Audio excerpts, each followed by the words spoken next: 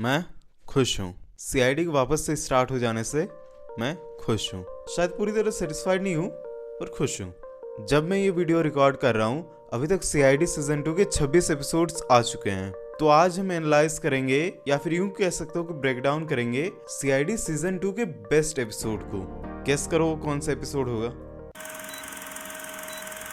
ये सरकटा वाला एपिसोड होने वाला है जिसमें बस में खूनी कंडक्टर्स का सर काटते जाता है। और मैंने इसी को बेस्ट एपिसोड क्यों कहा, उसके कुछ रीजंस हैं। कुछ ऐसी चीजें हैं जो सीआईडी के गुड एपिसोड्स को ग्रेट बना देती हैं। आज उन्हीं फैक्टर्स में हम बात करेंगे कि ये एपिसोड सीआईडी सीजन 2 का बेस्ट एपिसोड क्यों है। और हाँ, ये पूरी तरह से मेरी पर्सनल ओपिनियन है।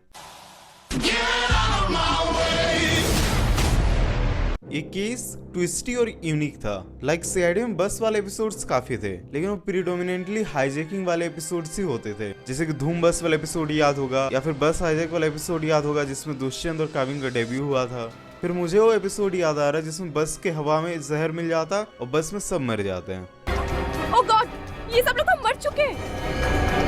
बट ये केस अलग था। इसमें खूनी सिर्फ कंडक्टर्स को ही मार रहा था। इस केस में खूनी कंडक्टर्स को मारता था, उनका सर काट देता था और वो सर किसी और को रिकवर भी नहीं होता।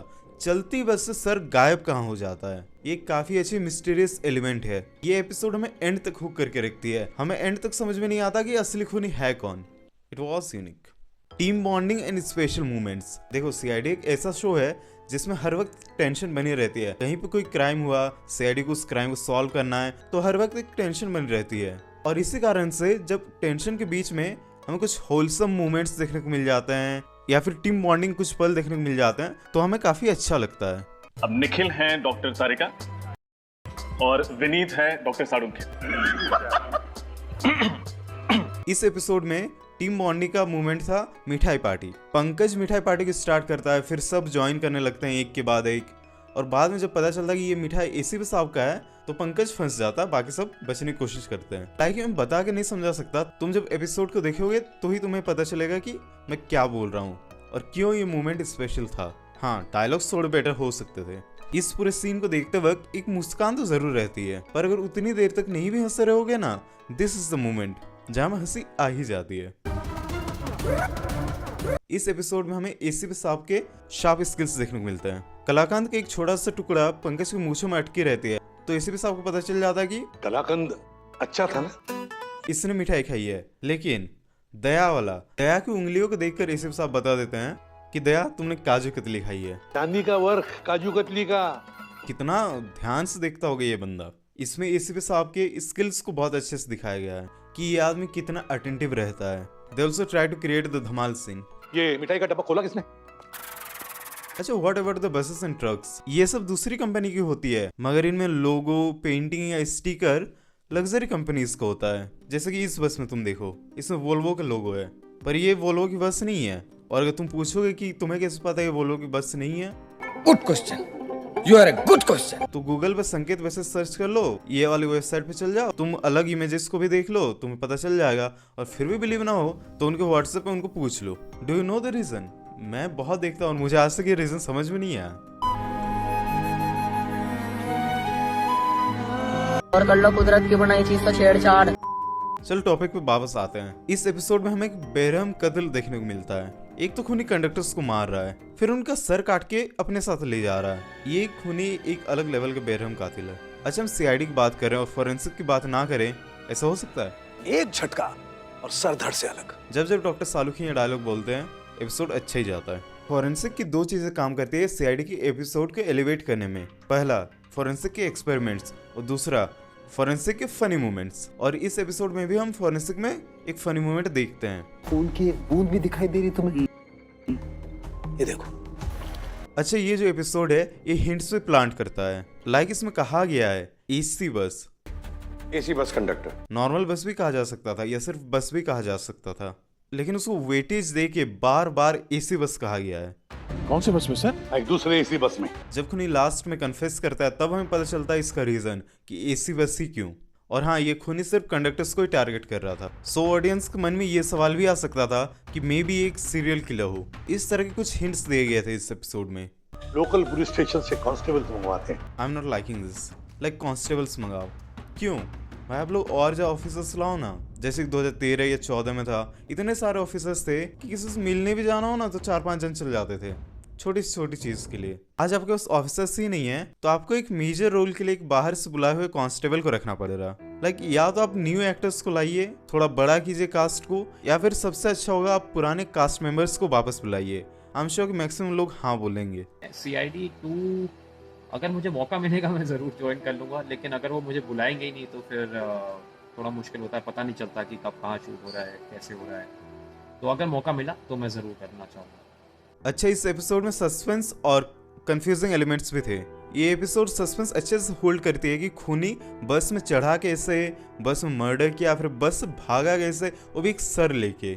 और दूसरा सस्पेंस ये है जब आप 4 बसेस में 4 लोगों को चढ़ा दिए हैं नजर रखने के लिए कि किस पे खूनी अटैक करेगा। अच्छा, और ये सस्पेंस इसमें भी होल्ड करती है कि खूनी आखिरकार किस बस में चढ़ा होगा। क्या जिसमें दया था उसमें चढ़ा होगा, क्या जिसमें पंकज था उसमें चढ़ा होगा, क्या जिसमें पूर्वी थी उसमें चढ़ा होगा, क्या जिसमें अवनी थी उसमें चढ़ा होगा। ये आदमी सस्पिशियस लग रहा। इस आदमी के हाथ में चाकू है। और ये सब दिखाने के बाद एपिसोड में दिखाया जाता है कि दया को धक्का लगता है। धक्का किसने मारा? वो भी ये सब जो दिखाया जा रहा है सेम बस में हो रहा था, तो कोई चाकू निकालने के बाद दया को धक्का क्यों देगा? This scene doesn't make sense to me. I think इसमें वो ओवर चले गए हैं सस्पेंस दिखाने के लिए फॉर नो रीजन। और हाँ, और एक चीज, इसमें साउंड इफेक्ट भी है चाकू मारने का। तारीफ कर रहे हूँ, कमियां निकाल रहा हूँ एपिसोड की। इस एपिसोड में शक किसी और की तरफ जाता है, हमें कंफ्यूज भी किया जाता है केस का डायरेक्शन बदल के। हमें एक बार के लगता है कि पुलिस वाला शायद खुद तो खूनी नहीं है, तो जितना आप ऑडियंस से दिमाग लगवाओ वो एपिसोड उतना अच्छा बनेगा और वो एपिसोड ऑडियंस के लिए उतना ज्यादा मेमोरेबल रहेगा। अरे वाह, लेकिन ऐसा कैसे हो सकता है? अच्छा, यहाँ पे एक मेजर फ्लॉ भी है। ये पुलिस वाला बताता है ये खूनी से उसके साथी का सर लेके आ रहा है और उसको लिक्विड नाइट्रोजन भी दे दिया। अच्छा भाई, जब वो तुम्हारे सामने था तो बस अपने दोस्त से सर लेके क्यों आ रहा? पूरा खूनी लेके आओ ना, उसको पकड़ा क्यों नहीं? मेरी मर्जी जी, मेरी मर्जी अनवर भाई। और बाद में कहता है कि पतला दुबला था। भाई पतला दुबला था यार, 2 थप्पड़ में मान जाता। दिखता कैसा था वो? हाँ सर, वो एक पतला दुबला सा लड़का था। अच्छा, रेड हुडी पहना के एक नॉन खूनी भी प्लांट करते हैं। वो खूनी नहीं है, बस ध्यान भटकाने के लिए कि ये हो सकता है। अच्छा, इस एपिसोड को खास एक और चीज बनाती है, एसीपी साहब फील्ड में जाते हैं। सीजन 2 में ये ज्यादा देखने को नहीं मिला है, may be due to the age factor.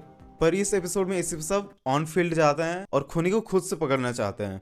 ये देख के अच्छा लगता है कि इस कैरेक्टर की इंपॉर्टेंस कम नहीं हुई अभी तक, या फिर ऐसा नहीं कि ऑफिस में बैठ के बस हुक्म चलाते हैं, ऑन फील्ड जाके काम भी करते हैं। भाई ये ऑन फील्ड जाना सीआईडी की यूएसपी रही है। पहले एपिसोड्स में बहुत सारी आउटडोर शूटिंग होती थी जिसमें ऑफिसर्स बारिश में भीग रहे हैं, दौड़ रहे हैं, इसका उसका पीछा कर रहे हैं। मॉल्स, घर, फार्म हाउसेस, गोडाउन्स, फैक्ट्रीज, क्या क्या नहीं देखने को मिलता था। कहाँ कहाँ पे सीआईडी नहीं जाती थी। ये सीआईडी सीजन 2 में कम देखने को मिल रहा है कि ये सेट में यार बहुत कम लोकेशन है इनके पास, इस तरह फील आ रहा है। जैसे ये पहले एपिसोड में गोवा भी चल गए, पर अगर हम सीआईडी इन गोवा सोचते हैं तो हमें वो पुराना वाला एपिसोड याद आता है, ये उतना मेमोरेबल नहीं लगता है। वैसे भी सीआईडी बारिश वाले episodes those are my favourites. बहुत सारे ऐसे एपिसोड्स थे जिनकी राइटिंग बहुत ज्यादा अच्छी नहीं थी, लोकेशन इतना अच्छा लगता था ना कि बहुत सही लगता था। Thanks lot and thanks to thanks lot, thank you. जैसे कि रहस्य द्वीप, खून की बरसात, और वो कौन सा एपिसोड था जिसमें श्रेया और तारिका डेविल बन जाती थी? अरे यार कौन सा था, क्या था? हाँ, जंगल का दरिंदा।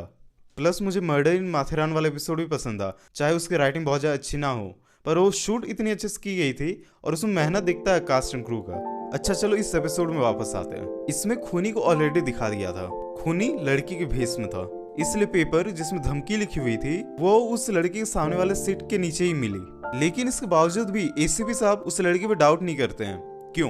क्योंकि उस कागज में साफ साफ लिखा हुआ था, मैं तुम्हारी जान लेने वाला हूँ। मैं अब तुम्हारी जान लेने वाला हूँ।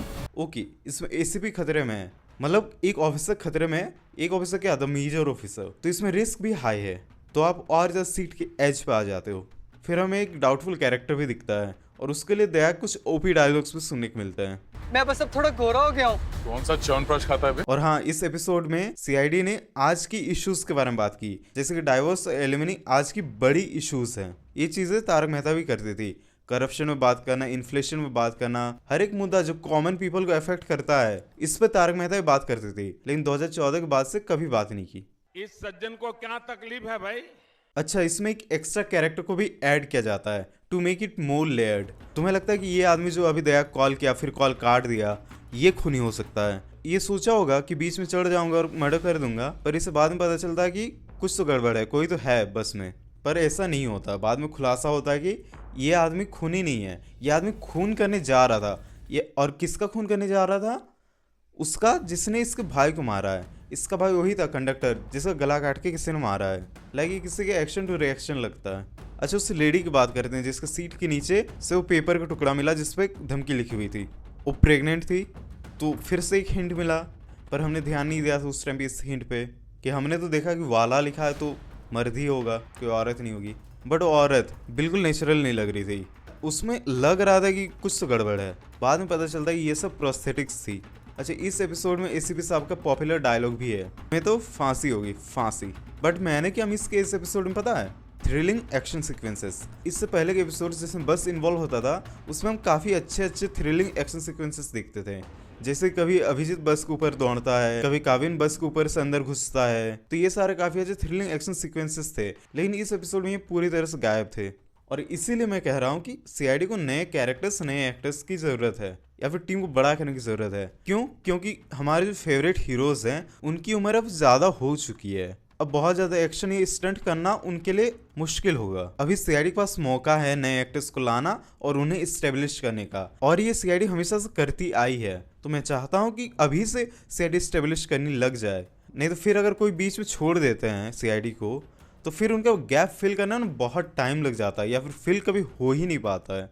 तो अभी से इस्टेब्लिश करने से रहेगा कि हाँ, ये लोग आगे कैरी फॉरवर्ड कर सकते हैं। मान लो सीआईडी अगर अगले 30 साल, 40 साल, 50 साल चलेगी, तो क्या सिर्फ यही एक्टर्स रहेंगे? नहीं, नए एक्टर्स लाने पड़ेंगे ना, और उन्हें इस्टेब्लिश भी करना पड़ेगा, तभी लोग जाके उन्हें एक्सेप्ट कर पाएंगे। अचानक से रैंडमली एक दिन आप लेकर आ गए हैं नए कैरेक्टर्स को, लोग उतनी जल्दी एक्सेप्ट नहीं करेंगे उन्हें। अच्छा, सीआईडी के उन एपिसोड्स जिसमें सीआईडी के ऑफिसर अंडरकवर जाते हैं, वो सस्पेंस और थ्रिल को और ज्यादा एस्केलेट कर देती है। इस एपिसोड में एसीपी साहब कंडक्टर बन के बस में चढ़ते हैं, और वो एक लाइफ थ्रेटनिंग प्रॉब्लम को फेस करते हैं कि अटैक उन पे भी हो सकता था। और हाँ, और एक चीज काफी अच्छे से इस एपिसोड के फेवर में काम करती है कि क्या होता है ना, कभी कभी पहले ही पता चल जाता है कि इस एपिसोड में खूनी कौन होने वाला है, उसका मोटिव पता चल जाता है, what is the reason to kill. But इस एपिसोड में जब तक खूनी खुद से कन्फेस नहीं करता है कि उसने क्यों मारा है कंडक्टर्स को, तब तक हमें पता नहीं चलता कि उसकी कंडक्टर से दुश्मनी क्या है and what is the reason to kill. और इस एपिसोड में जो क्रिमिनल है, he had better reason to kill. I am not justifying his actions,